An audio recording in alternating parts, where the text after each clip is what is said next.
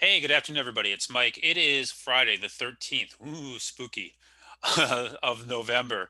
And this is your daily recap. It's actually a weekly recap. It goes out to all my members and everybody who follows me on YouTube, as well as my email mailing list. You can see here my website. If you want to learn more about me, come in and click on it. The link's in the description below. So let's talk about this week. And this week that was, and it was not an easy week. And it all started on Monday.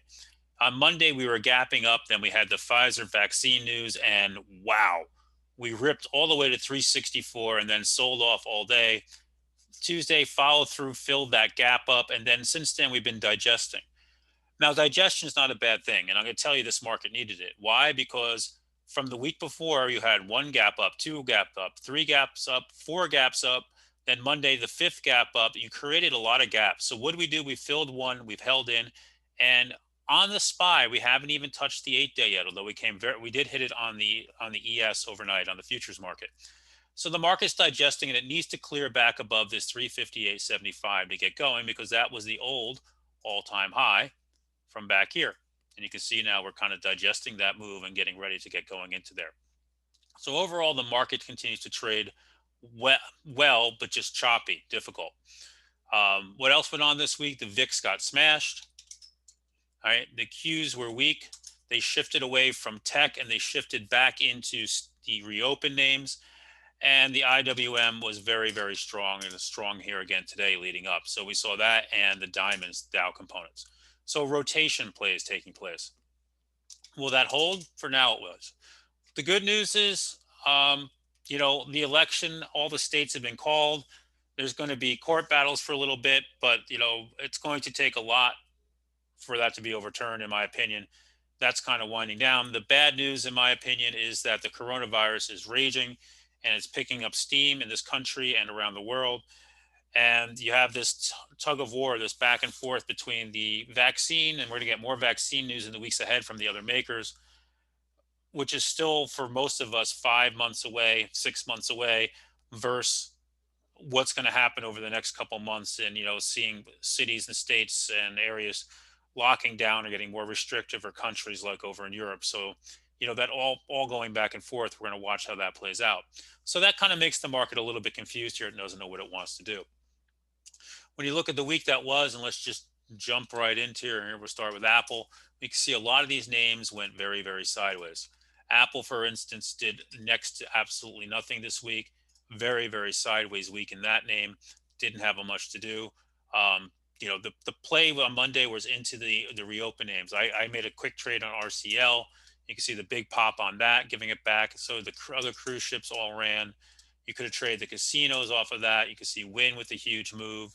The banks, I'm sorry, the airlines went to Boeing. By the way, Boeing today is where I made my money on it. You have this nice move up today, up into the 200-day, pull back in here, but digesting on the 200-day. This name looks primed to go higher. News the max could be recertified as soon as next week. We'll see if that happens. The airlines also went with that. We saw the banks. Bank of America has had a strong week. J.P. Morgan. And the one that's shocking me here today is Goldman Sachs, which has just took out that high and is very, very strong here as we move forward. So, that was the place to be. Outside of that this week, I traded Boeing a couple times, made nice money on it. I'm in this rocket. That's a new ad for me. I sold half my shares for a loss yesterday, much smaller loss than I was in, because I didn't want to hold at full size with the way the market's trading.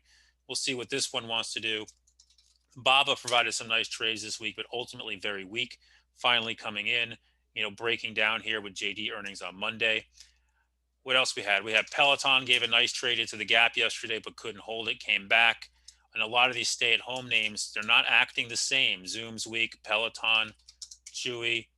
All right, so you see a lot of this starting to come in and take place here. And the semis have been a little bit erratic. Let's start with NVIDIA. NVIDIA has earnings next week. You can see this one kind of moving around here, but can't get anything going. AMD, which was so strong yesterday, not moving either. And of all names today, Micron woke up and started going. I didn't catch that. We that nice little move there. So the market's just kind of very different right now. It's not sure what it wants to do. Tech's out of play. They're kind of rotating into these reopen plays, but we're not seeing it.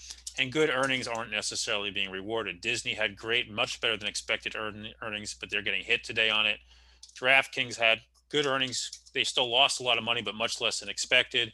Raised guidance, they're getting hit, and that's been a lot of these stay-at-home names, guys. They're getting hit, even though they're reporting well and have good guidance, and that's just generally not always a good sign for the market. So what that means here, it's time to be a little bit more careful and to play a little things closer to the vest until the market gives us a direction. Now here we're raging all day long. We've chopped around. Now suddenly the market wants to rage into the final 30 minutes. So I hope everybody's doing well. Have a great weekend. I'll post charts over the weekend. I'll catch you guys all bright and early on Monday morning. People who are members in the room.